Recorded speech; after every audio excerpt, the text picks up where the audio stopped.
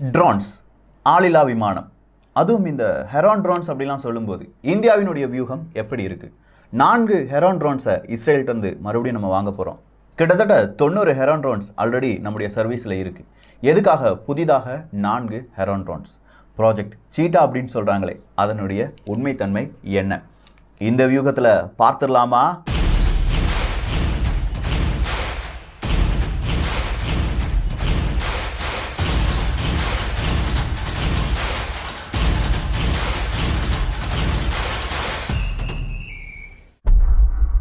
வியூகங்கள் அப்படின்னு சொல்லும்போதே 3 விதமான படைகள் இருக்குது. கடற்படை, விமானப்படை, இராணுவப்படை.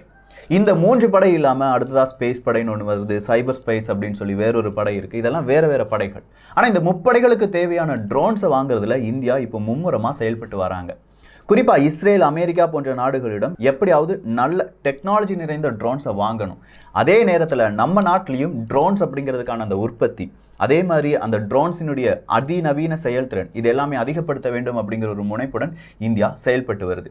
இந்த ஹெரான் ட்ரோன்ஸ் இல்லாட்டி ப்ராஜெக்ட் சீட்டா அப்படிங்கிறத 2013 இந்தியன் ஏர்ஃபோர்ஸ் IAF அப்படிங்கிறவங்க முன்வைக்கிறாங்க. என்ன அப்படின்னு கேட்டிங்கன்னா, நம்ம ட்ரோன்ஸை வாங்கணும், ஆனால் அந்த ட்ரோன்ஸ் வழியாக சாதாரணமாக ஒரு உளவு அமைப்பு மட்டுமே நம்ம செய்யக்கூடாது, உளவு வேலைகளை மட்டுமே செய்யக்கூடாது, அதிநவீன தாக்குதலை செய்ய வேண்டும் அப்படிங்கிறது தான் ப்ராஜெக்ட் சீட்டா.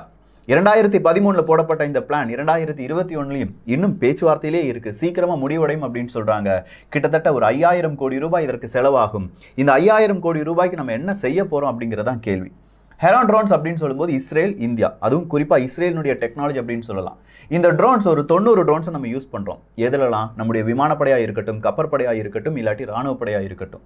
இப்போ நம்முடைய விமானப்படையில் 4 ஹெரான் ட்ரோன்ஸை அதிகப்படுத்த போகிறோம் அப்படிங்கிற ஒரு அறிவிப்பு வந்திருக்கிறது. இது ப்ராஜெக்ட் சீட்டாவை கொஞ்சமாக முன்னெடுத்து செல்வதாக சொல்லுகிறார்கள். ஸோ 4 ஹெரான் ட்ரோன்ஸ் அப்படின்னு சொல்லும்போது இது எல்லாமே அப்கிரேடட் வெர்ஷன். ப்ராஜெக்ட் சீட்டா அப்படிங்கிறதும் இந்த அப்கிரேடட் ட்ரோன்ஸ் அப்படின்னு சொல்கிறதும் ஒன்றுக்கொன்று இணையானது தான்.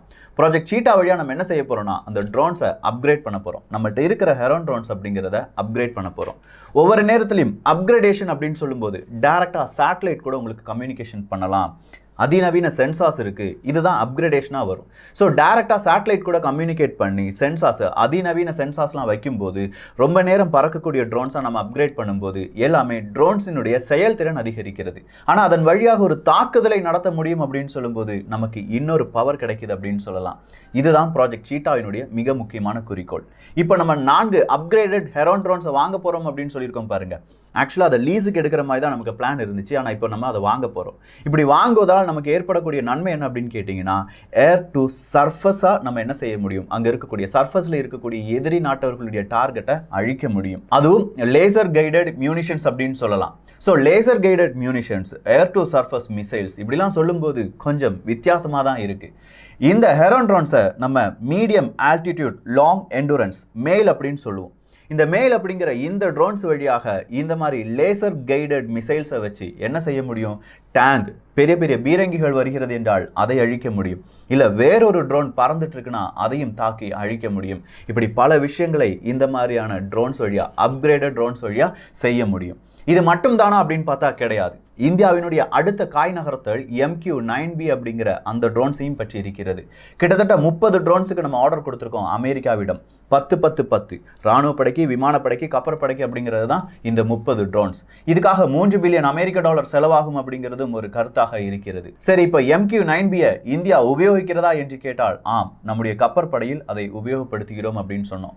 ஸோ ஹெரான் ட்ரோன்ஸ் அப்படிங்கிறத நம்ம மெயில் அப்படின்னு சொல்லும்போது இந்த MQ-9Bயை ஹை ஆல்டிடியூட் லாங் எண்டூரன்ஸ் அப்படின்னு சொல்லலாம். So high altitude long endurance அப்படின்னு சொல்லும்போது ரொம்ப நேரம் பறக்கும் திறன், மிக உயரிய இடத்தில், மிக உயரமான இடத்தில் பறக்கக்கூடிய அந்த திறன், இது எல்லாமே உளவமைப்புக்கு தேவையான ட்ரோன்ஸ் அப்படின்னு சொல்லலாம். இந்த மீடியம் இல்லாட்டி MAL அப்படின்னு சொல்ல அந்த ஹெரான் ட்ரோன்ஸ் என்ன செய்யும் அப்படின்னு கேட்டிங்கன்னா, கிட்டத்தட்ட ஒரு 24 மணி நேரம் பறக்கும். டேரெக்டாக சேட்டலைட் கூட கம்யூனிகேட் பண்ணும். அதனுடைய எய்ம் எங்கே இருக்குது அப்படிங்கிறத சேட்டலைட் கம்யூனிகேட் பண்ணி அந்த சேட்டலைட்லேருந்து அதனுடைய இன்புட்டாக எடுத்துக்கொள்ளும். இப்படி அதன் வழியாகவே நிறைய டார்கெட்டை நம்மளால் அழிக்க முடியும் அப்படிங்கிறது தான் இந்தியாவினுடைய ஒரு கணக்கு. சரி, இவ்வளோ விஷயங்கள் செய்யும்போது உள்நாட்டு கண்டுபிடிப்புகள் இல்லாட்டி உள்நாட்டு உற்பத்தி செய்யக்கூடிய ட்ரோன்ஸும் பாதிப்படையும்ல அப்படின்னு சொல்லி நமக்குள்ள ஒரு கேள்வி வரலாம்.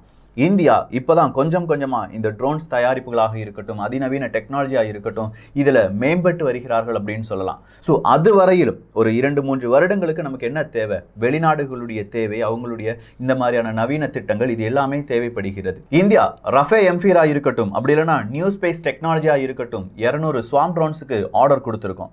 அது மட்டுமே கிடையாது, ஸ்கை ஸ்ட்ரைக்கர் அப்படிங்கிற மிக முக்கியமான ட்ரோன்ஸை இஸ்ரேல் இருக்கக்கூடிய எல்பிட் சிஸ்டம் மற்றும் இந்தியாவினுடைய ஆல்ஃபா டிசைன், இந்த 2 நிறுவனங்களும் சேர்ந்து தயாரிக்கும் அப்படிங்கிற ஒரு அறிவிப்பையும் கொடுத்திருக்கிறார்கள். அது என்ன? ஸ்கை ஸ்ட்ரைக்கர் அப்படிங்கிறதான நம்ம நாட்டிலேயே இஸ்ரேலினுடைய கொஞ்சம் டெக்னாலஜியும் இந்தியாவினுடைய டெக்னாலஜியும் சேர்த்து இந்த ஸ்கை ஸ்ட்ரைக்கர் அப்படிங்கிற ட்ரோன்ஸை உருவாக்கி வருகிறோம். ஸ்கை ஸ்ட்ரைக்கர் வழியாக 100க்கும் அதிகமான எக்ஸ்ப்ளோசிவை உள்ளடக்கிய ட்ரோன்ஸை நம்மளால இயக்க முடியும், இல்லாட்டி உற்பத்தி செய்ய முடியும் அப்படின்னு சொல்றாங்க. இந்த எக்ஸ்ப்ளோசிவ் ட்ரோன்ஸ் அப்படின்னு சொல்லும்போது இந்தியாவுக்கு வேற ஏதாவது நாடுகளில் இதே மாதிரியான ஒரு பிரச்சனைகள் இருக்கிறதா அப்படின்னு சொல்லி கொஞ்சமா யோசிச்சு பார்க்குறாங்க.